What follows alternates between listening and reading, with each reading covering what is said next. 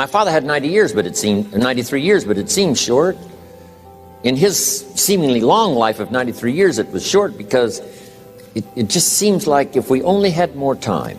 Old Testament gives us a view of some people who live to be 500, 600, 700, 800, 900 years old. If I have a chance to ask, I will ask, how come we got shortchanged? Wouldn't that be a good question if you had a chance to ask? Imagine 700, 800, 900 years to watch generation after generation after generation after generation stay healthy and well. I mean, you gotta be healthy to make it to 900. You gotta take your vitamins. I'm pushing the Bible, I'm pushing vitamins. I mean, I'm doing good today. The key is time is precious. Now let me give you Bill Bailey's description of time.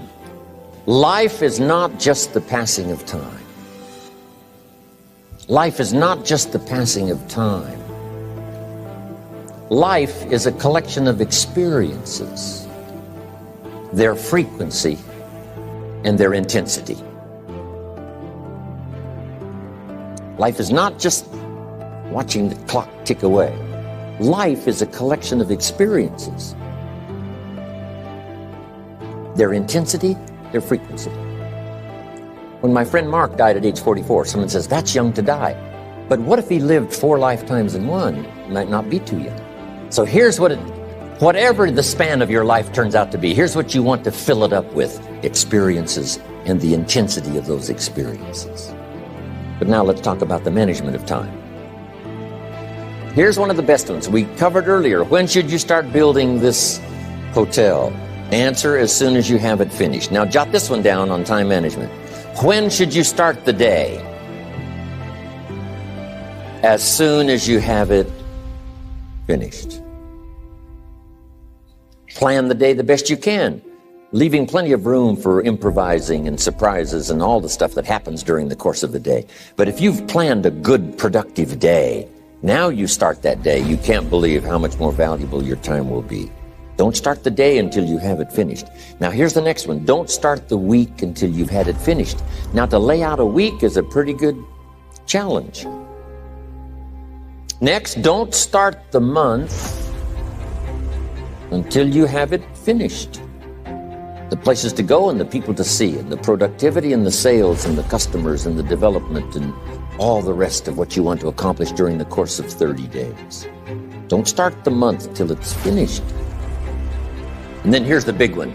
This is really challenging. Don't start the year until you have it finished. To the best of your ability. It can't be finished like minute by minute. But in terms of the sweep of what you want to accomplish in the year 2002, make sure that that's set and ready to go by the time January 1st rolls around.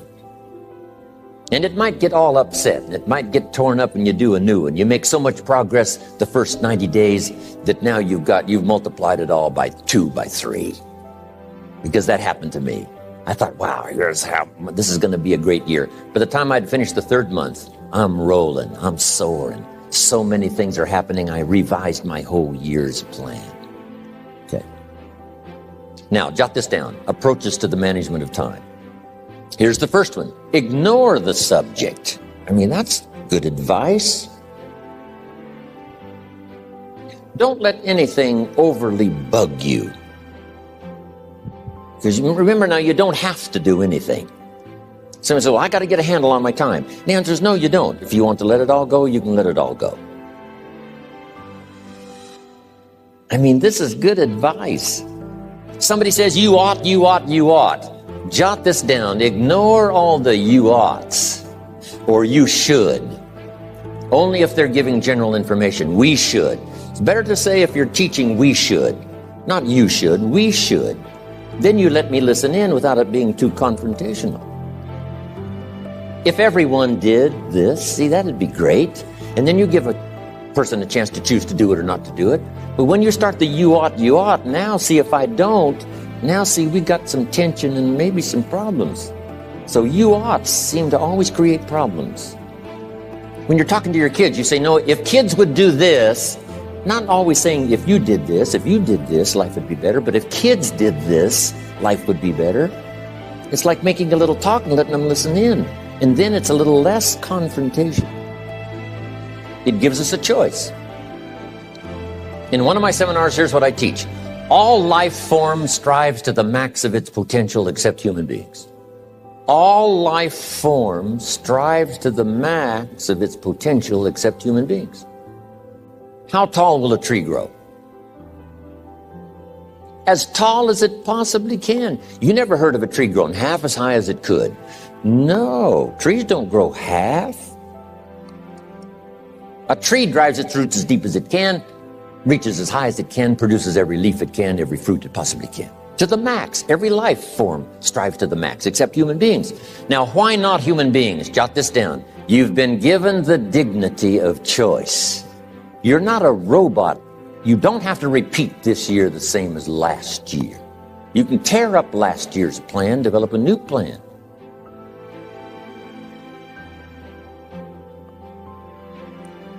So, the dignity of being a human being. Now, here's the choice on being a human being. To be part of all we were meant to be, or to be all. To strive for all, or half, or part, or some. The choice is up to you. To develop one skill or 10 skills. Someone says, well, I'd be happy with just one more language. Well, some say, hey, I'm going to learn 6 or 7. And this is all a matter of choice. And when someone says, no, you ought to learn 4, you got to resist all that. Because this is personal dignity.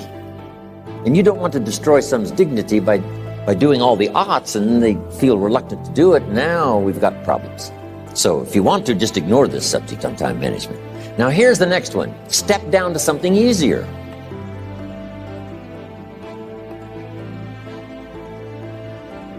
The guy's in sales and he says, oh, I want to own the company. Finally owns the company. Now he's got no time to play golf. He said, when I was in sales, I was making big money playing golf 3 days a week. Heck with this owning something.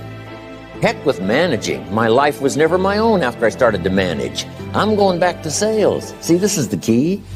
If you're getting too pressed, you might consider stepping down to something with a little easier time pressure. Little girl says to her mother, Daddy comes home, brings his briefcase and pats me on the head and says hello, disappears and works on his papers. How come my daddy doesn't play with me? And her mother said, look, your daddy loves you very much, but he's so busy at work, he can't get it all done, he has to bring it home. He loves you, but that's why he can't play with you. And the little girl said, why don't they just put him in a slower group? So, jot this down now. If you don't have time for your kids, you might consider joining a slower group.